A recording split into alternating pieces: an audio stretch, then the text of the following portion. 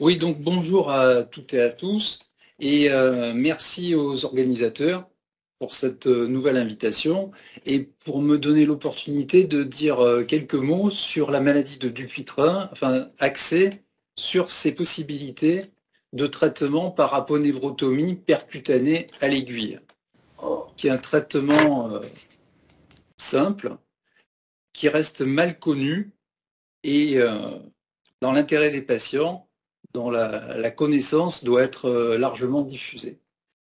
Ouais, donc c'est une vieille maladie décrite il y a déjà longtemps par le baron Guillaume Dupuytren, chirurgien à l'Hôtel-Dieu, et cette maladie est une maladie fibrosante avec une fibrose et une rétraction de l'aponévrose palmaire superficielle qui a un fascia qui est sous-cutané et qui va couvrir la paume de la main avec une extension dans les doigts. Quand un patient a une maladie de Dupuytren, souvent on va trouver dans sa famille d'autres cas. C'est une maladie génétique à pénétrance variable. Et je ne détaille pas la maladie ici, mais vous savez qu'elle peut s'associer à d'autres maladies fibrosantes au niveau des pieds avec la maladie de l'édeurose ou au niveau de la verge avec la maladie de l'apéron.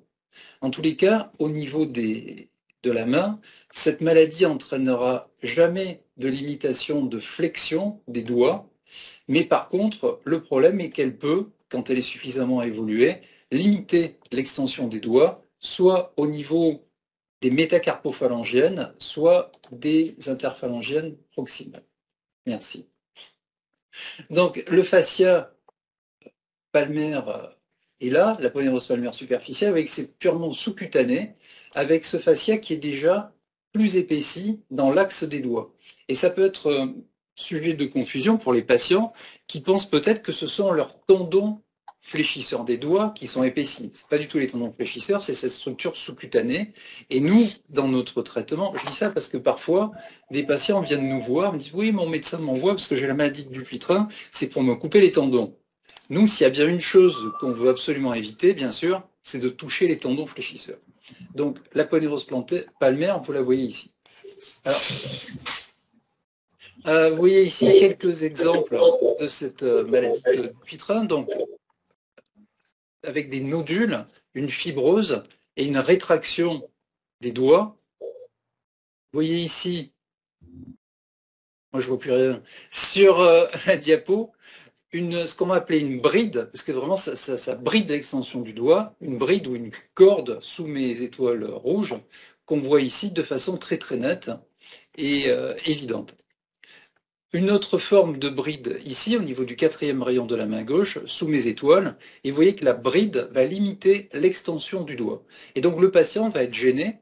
Alors, aucune gêne pour fléchir, gêne pour étendre, il va s'accrocher le doigt quand il se met la main dans la poche, il raconte qu'il ne peut plus mettre de gants, il est gêné pour se laver, il est gêné pour caresser le dos de sa copine, enfin je laisse imaginer les différentes gênes fonctionnelles.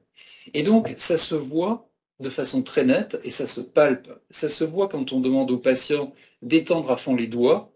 Et il y a un autre test sur lequel je reviendrai, mais moi je préfère ça, l'extension et la mise en évidence facile, mais c'est le test dit de la table, où quand le patient va mettre cette main-là à plat sur la table, il est très gêné parce qu'il n'arrive plus à mettre la paume de sa main à plat sur la table. Donc vous avez cet exemple-là. Vous avez un exemple ici de bride et de limitation d'extension de la 5e MCP avec une bride palmaire.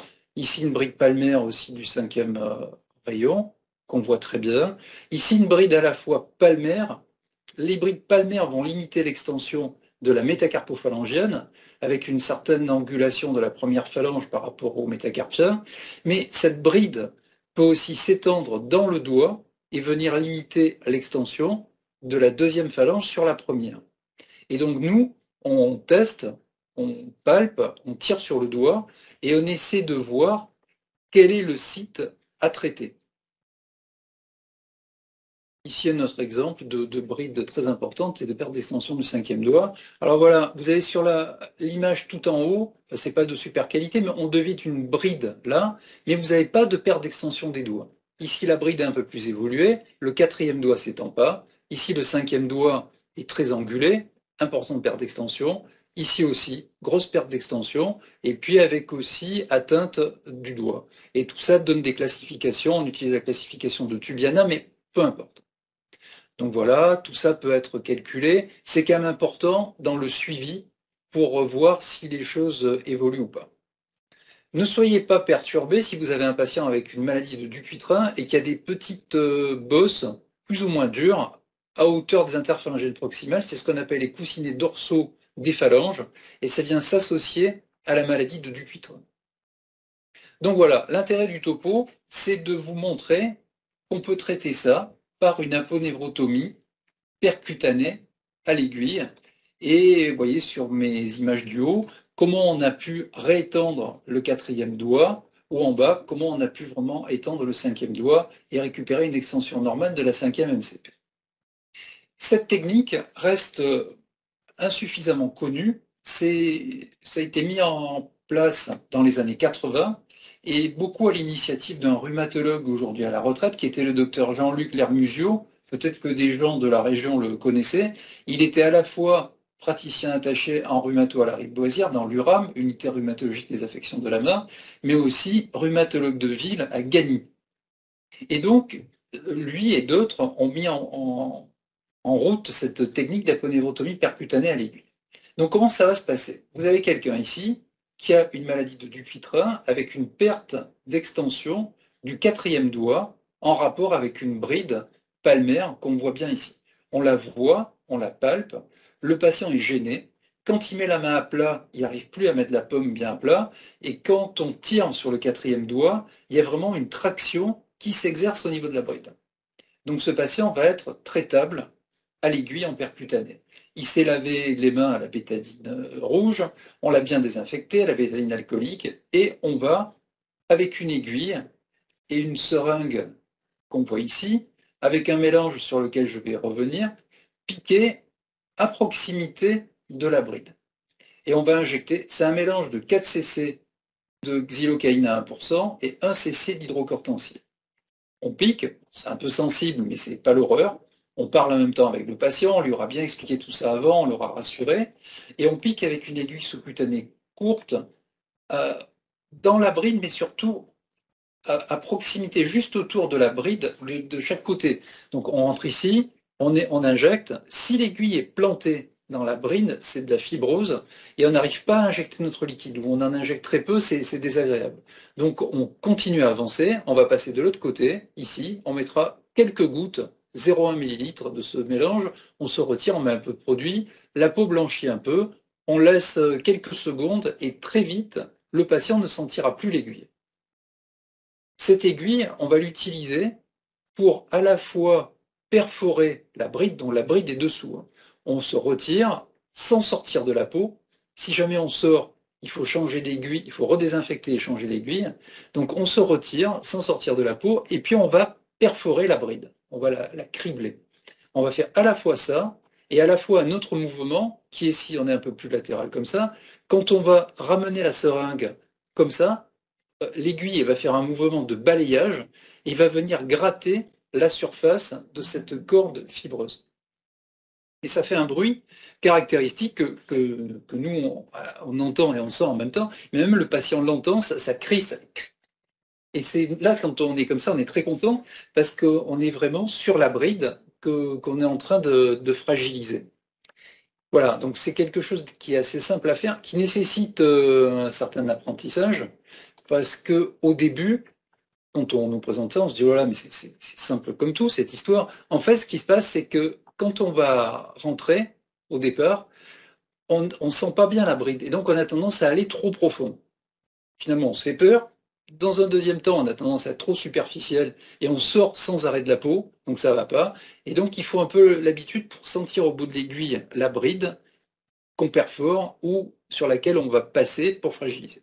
On a travaillé quelques minutes, quelques secondes, quelques minutes, on retire l'aiguille, et à ce moment-là, on va attraper l'extrémité du doigt pour l'étendre en forçant, et pour à ce moment-là, casser la bride. Sur un schéma pour mieux comprendre, notre aiguille, donc on a piqué en plusieurs endroits, on l'a utilisée pour perforer la bride, pour la gratter, pour la fragiliser. Une fois qu'on a la sensation qu'on était bien dedans, qu'on l'a suffisamment fragilisé, on enlève l'aiguille et on fait une traction forcée sur le doigt faut pas avoir peur de tirer. Et dans les formes où ça se passe vraiment bien, on entend un crack. Ça peut être assez impressionnant pour celui qui tire, parce qu'au début, on se demande si on n'a pas arraché le doigt. Pour le patient aussi, qui se demande si on lui a pas cassé le doigt. Donc on entend crack et le doigt se retrouve étendu. C'est merveilleux, tout le monde est très content. Voilà, ça se fait en local de consultation. Alors ça dure plus ou moins longtemps selon la difficulté, mais ça reste rapide. Soit le patient est assis face au praticien. C'est la position en fait dans laquelle nous, acteurs, on est la plus à l'aise, mais parfois les gens ont déjà eu un malaise sur une précédente séance où ils sont terrorisés, et dans ce cas-là, d'emblée, il vaut mieux les allonger. On a fait notre asepsie, lavage des mains, désinfection. On utilise une seringue de 5 millilitres type Luerloc, c'est-à-dire sur laquelle on va pouvoir visser l'aiguille, une aiguille sous-cutanée courte. On fait un mélange 4 cc de lidocaïne à 1%, 1 cc d'hydrocortisone, et on y va. Et là, je vais demander à mon caméraman s'il arrive à me zoomer. On est parti. Normalement, la caméra, c'est bon. On va juste... S'il arrive à me zoomer un peu sur la main. Ça a l'air d'être pas mal. On y va. Vous voyez un peu?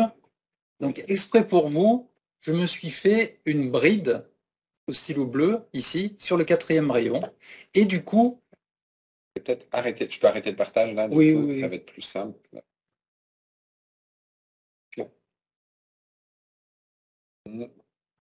Est-ce que, Romain, de ton côté, est-ce que tu vois bien? Vous voyez bien en plein écran la main? Ouais. Là. Oui, oui. Et bien alors, on est bon. Vous voyez? Oui, oui, oui. J'ai une bride ici en bleu qui limite l'extension de mon 4e doigt. J'arrive plus à mettre la main sur la table, je suis embêté. Ma femme me dit, ah, tu me caresses plus le dos. Voilà. Et donc, je peux plier sans aucune difficulté. Par contre, j'arrive plus à étendre. Et quand je tire sur mon 4e doigt, c'est vraiment bloqué par cette bride qui est ici. Donc, je me suis lavé les mains, on a désinfecté, je suis assis face à l'opérateur, et l'opérateur arrive avec sa seringue de 5 millilitres, 1 cc de lidocaïne à 1%, 1 cc d'hydrocortisone. Voilà, il a enlevé le capuchon, et puis il va me piquer comme ça. Alors, pas directement sur la bride, mais un tout petit peu à côté, là. Donc, il pique, hop, il met quelques gouttes de produit pour anesthésier, passe un peu de l'autre côté, puis il revient. Voilà, on attend quelques secondes. Il essaie de me bouger l'aiguille, je sens plus rien, c'est super, il va travailler. Et là, donc cette aiguille, je vais l'utiliser pour passer au travers de la bride. Et donc quand je suis dedans, il y a une petite résistance. Donc je pique comme ça, je traverse, je verticalise, je fais ça. On peut même venir quasiment dessus en faisant glisser la peau. Je perfore, je ne vais pas trop profond parce que dessous, il y a les tendons fléchisseurs, il y a des structures nerveuses, des structures vasculaires. Et je peux aussi, une fois que j'ai bien senti la bride, mettre l'aiguille sur la bride et faire ce mouvement-là, comme ça, et j'entends crac, croc, croc, croc, et on se dit, ah, c'est super, je fragilise la bride. Donc je suis content de moi, j'ai bien travaillé, j'enlève tout, et puis à ce moment-là, je vais attraper le doigt du patient et je vais tirer comme ça. Alors j'avertis, laissez-vous faire, n'ayez pas peur, ça va bien se passer. Je tire, et puis d'un coup, crac, la bride a lâché, et on a redonné une extension normale au doigt. Voilà, tout le monde est très content, ça a pris quelques minutes, et c'est facile. Alors, c'est facile parce qu'on a pris la maladie au début, il y avait une belle bride. Bien sûr, ça peut être beaucoup plus compliqué, on y reviendra. Moi, j'ai déjà eu des patients, ils arrivent, ils ont la main comme ça, et donc c'est beaucoup moins rigolo parce qu'on n'arrive même plus à passer l'aiguille pour aller dans la bride. Et donc le message, j'y reviendrai à la fin, c'est qu'il ne faut pas nous adresser les patients trop tard. Voilà. Hop, on va revenir. Quelle efficacité, quelle logistique, quelle logistique formidable. On est bon. Donc voilà. Donc mon matériel il est là, ça se fait très simplement. Et puis voilà, par exemple, cette bride était ici. Alors nous, on va tirer sur le doigt. La bride, on l'a vue, on l'a palpée, et on voit très bien que c'est à cet endroit-là que se passe le problème. Et c'est là qu'on va piquer. On a piqué. Alors imaginons, j'ai commencé à piquer, j'avais fragilisé la bride, j'ai tiré sur le doigt, j'obtiens rien du tout. Donc, pas d'affolement, on explique aux patients, c'est normal. votre bride, on ne l'a pas suffisamment fragilisée, on y retourne. L'aiguille avait été sortie, on redonne un coup de bétadine, on reprend une autre aiguille et on retourne dans le même orifice ou pas trop loin. Enfin, il ne faut pas faire un criblage et provoquer une zone de fragilité cutanée, parce qu'après, vous risquez d'avoir une ouverture de la peau. Mais sinon, on y retourne, on travaille la bride, on enlève l'aiguille, on retire dessus, c'est formidable. Donc voilà ici, 5e doigt, et puis au niveau du 4e doigt. Alors, on peut traiter en palmaire, c'est le plus facile parce que les structures qu'on veut éviter sont plus en profondeur, plus à distance. Parfois, la maladie est palmaire, mais aussi digitale, palmo-digitale, voire que digitale, et on va traiter dans le doigt. Et là, c'est quand même plus compliqué, parce que plus risqué, parce qu'en fait, la bride est très proche des tendons fléchisseurs du doigt et très proche, si on pique sur le bord de la phalange, des nerfs collatéraux. Donc on peut faire, mais il faut être plus aguerri, avoir plus d'expérience, et surtout quand on va appliquer, une fois qu'avec l'aiguille on a l'impression d'être dans la bride et qu'on va travailler, on attrape le doigt, l'extrémité du doigt du patient, à qui on fait faire des mouvements de flexion-extension, et on regarde ce qui se passe au niveau de l'aiguille. Si votre aiguille en place, vous pensiez qu'elle était dans la corde, si votre aiguille bouge quand vous mobilisez le doigt, que vous faites coulisser les tendons fléchisseurs, ça veut dire que votre aiguille est dans les tendons fléchisseurs et que vous vous apprêtiez à faire une catastrophe. Donc il faut vous repositionner, il faut retirer l'aiguille, se repositionner, faire à nouveau les mouvements de flexion-extension du doigt et être sûr qu'il n'y a aucun mouvement qui se répercute dans votre aiguille. Voilà, donc ça résume ce que je vous ai dit. Il faut être formé à la pratique. Là, on a bien désinfecté, le matériel, je vous l'ai expliqué, une petite anesthésie locale. On associe un cc d'hydrocortencil pour éviter un rebond de fibrose après le geste. Si le patient est diabétique, on ne met pas de corticoïdes et ça se passe bien aussi. Attention à la position de l'aiguille, je vous l'ai dit. Attention au problème des tendons fléchisseurs. Si jamais on touche le nerf collatéral, vous le savez très vite parce que le patient fait un bond et il faut se repositionner. Une fois qu'on a travaillé, on met un pansement avec un pansement dans la paume de la main, de l'élastoplaste autour.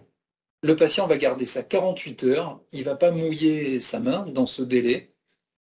Au bout de 48 heures, il enlève le pansement et par sécurité, surtout si on a traité dans un doigt et qu'on a peur d'avoir touché les tendons fléchisseurs, on demande au patient de ne pas faire de flexion contrariée au niveau du doigt traité. Par exemple, pas se retrouver à porter un pack d'eau, un pack de lait avec le bout des doigts.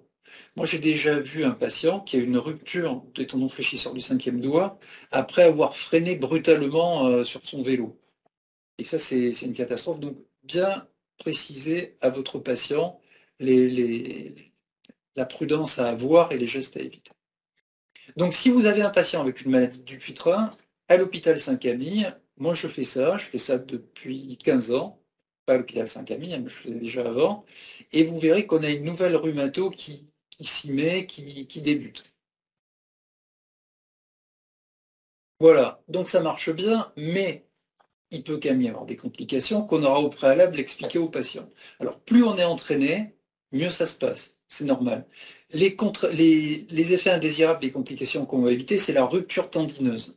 Donc attention vraiment à bien mobiliser le doigt, à ne pas être trop profond, à être sûr que vous n'êtes pas dans le tendon au lieu d'être dans la bride. Pas de flexion contrariée du doigt traité pendant 15 jours, je vous l'ai dit. Lésions nerveuses au niveau des nerfs collatéraux des doigts, on en a peur, mais on est prudent et globalement ça se passe bien. Ce qu'on peut avoir de temps en temps, c'est quelqu'un qui a un doigt qui était très fléchi, et si on a dû travailler pas mal pour rompre la bride, au moment de l'extension du doigt, la peau, là où on avait mis l'aiguille, peut s'ouvrir un peu et se déchirer. Et c'est toujours ennuyeux parce qu'on a peur d'une surinfection à partir de là.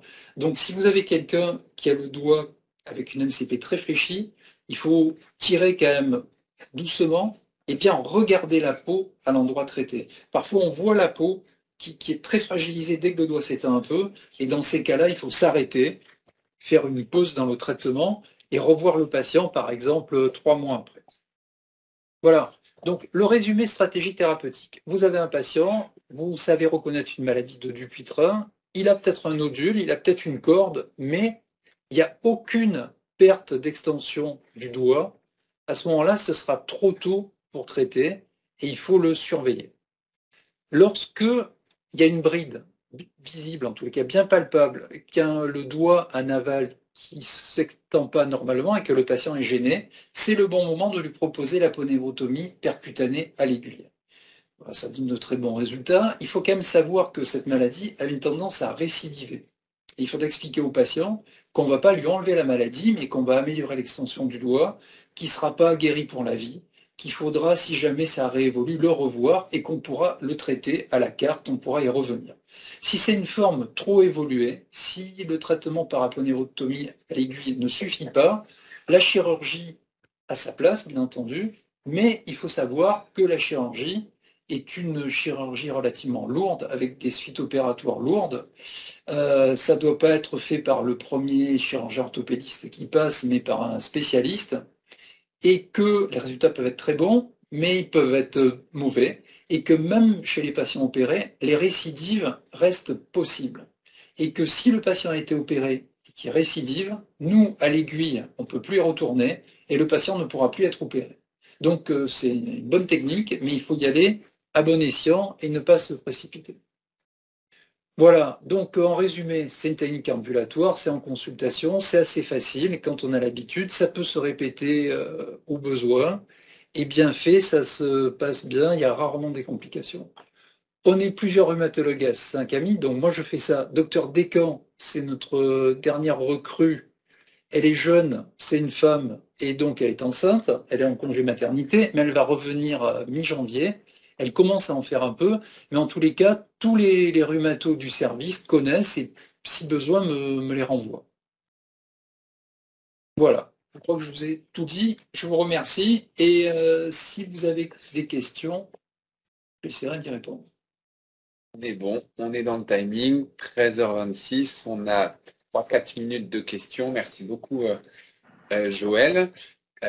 Écoutez, alors il y avait déjà des mains levées suite au sondage qu'on avait fait au tout début de la présentation, donc je ne vais pas tenir compte pour le moment de ces mains-là, je vous demande de les baisser pour ceux qui l'avaient fait avant, et vous avez quelques minutes pour poser vos questions.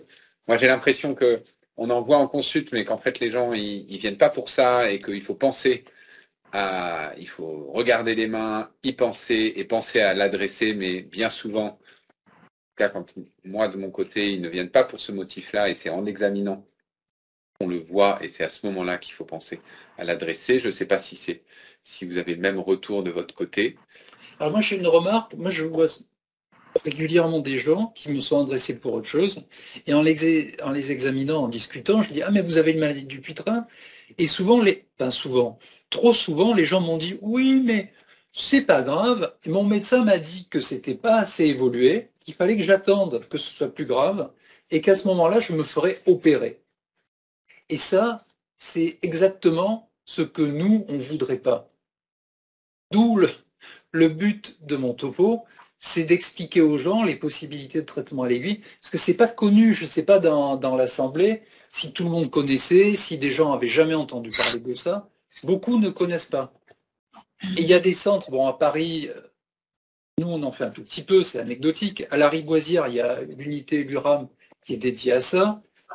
À la Croix-Saint-Simon, en fait, il y a des expatriés de la Riboisière qui ont développé un peu la technique, mais c'est pas pratiqué beaucoup. Et en province, très peu font ça, pour pas dire personne. Donc ça reste malheureusement confidentiel. Moi, j'ai connu, il y a déjà longtemps, des gens qui venaient à la Riboisière se former. Aujourd'hui, il n'y a plus personne. Docteur Bédouard Lavigne, si je le prononce bien et je m'en excuse, je crois que vous aviez une question. Oui, bonjour. Et les causes de la maladie du Dupuytren, c'est quoi? Alors, les causes, c'est une maladie d'origine génétique et c'est une fibrose en fait de l'aponévrose palmaire superficielle.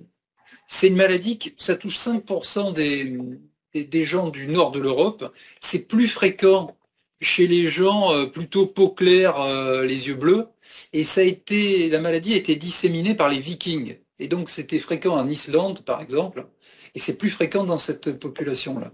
Ah, parce que, merci, parce qu'à un moment, enfin, on disait que c'était dû à l'alcool, je sais pas si c'est... Oui, alors effectivement, donc quand vous voyez une maladie du Dupuytren, votre patient n'est pas forcément un alcoolo. C'est vrai qu'il y a des facteurs favorisants, des facteurs aggravants. L'alcool en fait partie, le diabète aussi, les antituberculeux, des choses comme ça.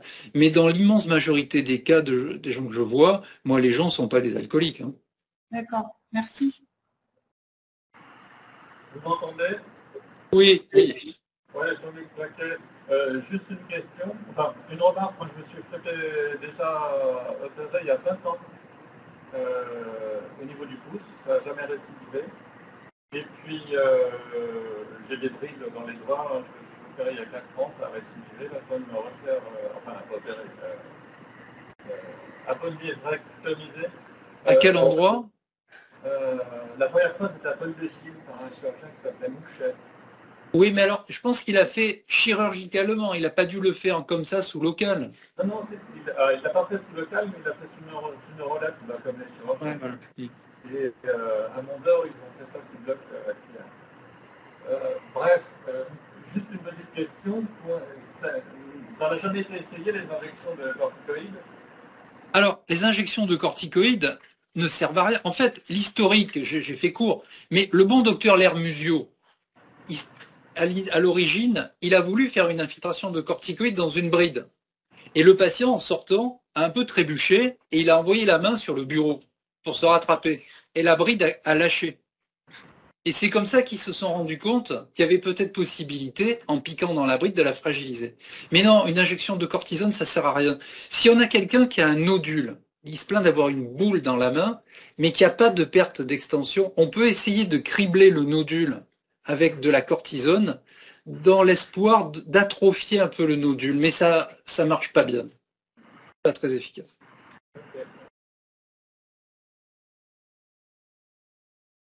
13h31. Je m'en vais. Donc, message final, je m'en vais. Quand vous suspectez une maladie de Dupuytren, j'en ai eu quelques fois qui m'ont été adressés, et j'ai eu des patients qui m'ont été adressés presque un peu trop tôt. C'est pas grave du tout.